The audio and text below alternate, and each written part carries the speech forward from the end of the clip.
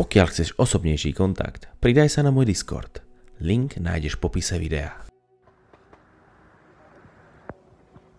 Tak sme na Kandaháre. Prípravia vybalovanie z auta v plnom prúde. V túto chvíľu sme boli ešte plní nadšenia a očakávaní z novej akcie, ktorú sme vo väčšine z nás ešte nikto nezažil. Žiaľ, ako sa ukázalo, organizačne nastalo peklo. Tak jo, ideme spraviť akcičky. Ideme piešky. Až asi 2 kiláky po ceste. Tak 1 000 000 kilákov cez les. Ak sa pýtate, kto je ten fešák vedľa mňa, tak to je Sidewinder, neboli Sajdík, neboli člen Rosomákov, s ktorými som bol na akcii. Odkaz na jeho kanál nájdete v popisku. Ďalšie Devon Pitbulls, vítajte pri novom Airsoft videu. Operácia Kandahár 2024. Najväčšie sklamanie v mojom Airsoftovom živote, aké som kedy zažil, čo sa týka organizačnej stránky, aj čo sa týkalo stránky nejakej zábavnosti. Žiaľ, videá, ktoré som videl pre touto akciou, mali pravdu a tá akcia naozaj nestojí za veľkú reč. Poďme sa ale potom viacej porozprávať. Ako som už začal vravieť, tak táto Airsoftová akcia zlyhala za mňa na strašne veľa bodoch, hlavne organizačných. Prvá veľká vec, ktorá sa nám stala hneď pred príjazdom, vlastne už po príjazde tesne, bolo to, že sme sa dozvedeli, že briefing veliteľov začína v 6 hodín, pričom registrovanie bolo do 8, čiže sme počítali s tým, že keď prídeme pred tou 8 hodinou, že sa dozvieme všetko, čo potrebujeme. Žiaľ, bolo to iba o 18, nakoniec nám bolo poradené, že nepôjdeme vôbec do akcie hneď prvý deň, čiže v piatok. Čo sa tesne pred začiatkom po tej 8 hodine zmenilo s tým, že sme dostali špeciálnu úlohu. Ako veľmi špeciálnu? Tak veľmi špeciálnu, že organizátori si ani nezistili, aké máme vybavenie. Proste nám povedali, že proste pôjdeme cez les bez akéhokoľvek nočného vybavenia, čiže žiadne noktovizory, mali sme iba baterky, ktorými sme logicky svietiť nechceli už len z dôvodu toho, aby nás nepriateľ neodhalil, a hlavne z dôvodu toho, že niektoré jednotky, ktoré boli v oblasti, operovali s nočnými videniami.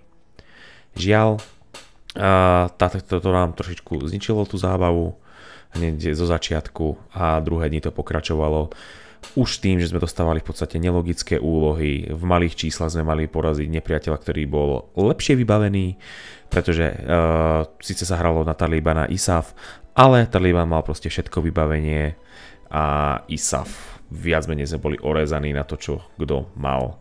Čiže napríklad nepriateľský tím úplne bežne používal nočné videnia, termovízory a podobne, čo v realite by sa asi úplne nestalo. To sa ešte nebavíme o tom začiatku, kde sme na registráciu a odskúšanie zbrane z nejakého divného dôvodu čakali skoro hodinu s tým, že sa to vôbec nehýbalo. Dobre, odmeranie zbraní hýbalo docela rýchlo, ale ten začiatok práve tej registrácie trval strašne dlho z nejakých dôvodov pre nás neznámych. Ďalej, čo by som chcel doplniť, bolo vlastne už začiatku akcie, kedy sa začalo vlastne v tých 8 hodín večer v piatok prvé boje. Bolo to, že boje sa začali už skoro v základni ISAFu. O to by úplne nešlo, ale v okolí základne ISAFu, v veľmi blízkom okolí bolo obrovské parkovisko, kde sa parkovalo autami. A tie autá boli prakticky pod priamym nástrelom zo smeru z lesa nastrelované, pretože potlačovali práve nepriateľov ako ISAF. A myslím si, že pár aut mohlo aj schytať, pretože niektoré tie zbrane mali fakt dobrý dostrel a verím tomu, že mohlo dôjsť k nejakému poškodeniu. Tam to zase organizačne nebolo dobre zariadené, tam sa podľa mňa vôbec nemalo bojovať v tejto oblasti, aj keď tam bol náš kemp. Naše autá boli našťastie zaparkované medzi stanami, takže im sa nič stať nemohlo. No, teda aspoň dúfali sme v to, že nám tam nikto nenabehne, začne strieľať po stanoch, pretože to sa na týchto akciách, hlavne na Kandaháre, údajne deje dosť často. A než budeme pokračovať, poďme si povedať, čím som krmil svoju zbraň. Svoju zbraň som krmil guličkami Valens Airsoft vo váhach 0,25 a 0,30 gramov, na ktoré môžem povedať iba to, že sú fakt dobré a nemal som s nimi žiaden problém. Aby bolo jasné, nejedná sa o žiadnu platenú propagáciu, vravím to kvôli tomu, že som spokojný ako celkovo s Falenc Airsoft, tak aj s ich guličkami.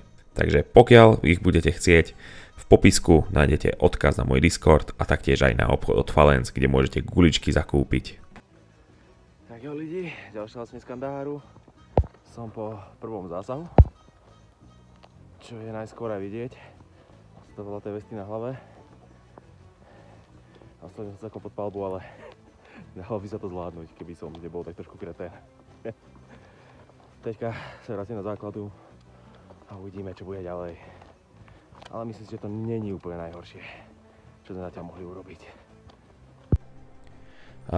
Nelogickosť respawnou, ktorá bola prakticky, že bola misia na 3 hodiny, respawn bol na 2 hodiny, pričom z hodinu ste sa dostávali približne do tej hernej oblasti, čiže keď ste to dostali, tak už bolo jasné, že v danej hre si už nezahráte, nevybojujete žiadne body.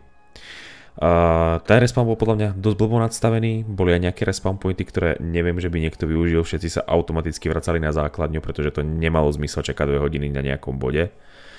Samozrejme niektoré mechaniky, ktoré k tomu boli ako medické autá pri nepriateľovi, OK, veľmi pekné, ale nikto nevedel, ako sa to používa, bolo to veľmi slabo vysvetlené. Znova to organizačné hľadisko z môjho pohľadu nebolo najlepšie.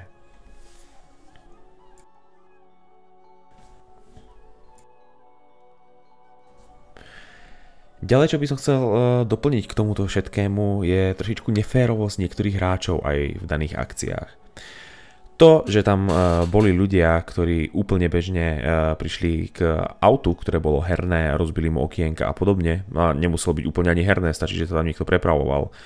To je otázka sama o sebe, to je skôr na zamyslení o tých ľuďoch, čo tam chodili. To, že nepriateľský tím využíval to, že sa boli oblečení ako civilovia so zbraňami pod kabátmi, a čistili ISAF v štýle, že si počkali, kedy pôjdu do akcie a vlastne od chrbta ich vykropili. To nebolo úplne pekné a podľa mňa z nejakého hráčského hľadiska ani úplne fér. Samozrejme je to na uvážení každého z hráčov, ale tiež to veľmi kazilo dojem z celkovej akcie. Za mňa, ako za Brouda, môžem povedať, že veľa zachraňovali naši spoluhráči, s ktorými sme boli, náš tým Rosomákov, ktorý vlastne viac menej operoval sám ešte s jedným tímom. Tam fakt neviem, ako sa tým presne volal, za to sa fakt ospravedlňujem, pokiaľ sledujú to video. Ale za nás to zachraňovala fakt iba naša partia s tým, že sme si vedeli užiť a urobiť si z toho srandu. Nebyť tam tejto partie, byť tam ako solo alebo niekoho, kto sa iba prihrnul v nejakej skupine, asi by som veľmi trpel a z tej akcie by som chcel po prvých pár hodinách odísť. Tak jo. Toto bude pre toto video všetko. Je to veľmi rýchle zhrnutie, mám strašne málo záberov, ktoré by sa dali použiť do tohto videa, takže skrátim to čo najviac to pôjde do nejakých 8 minút maximálne.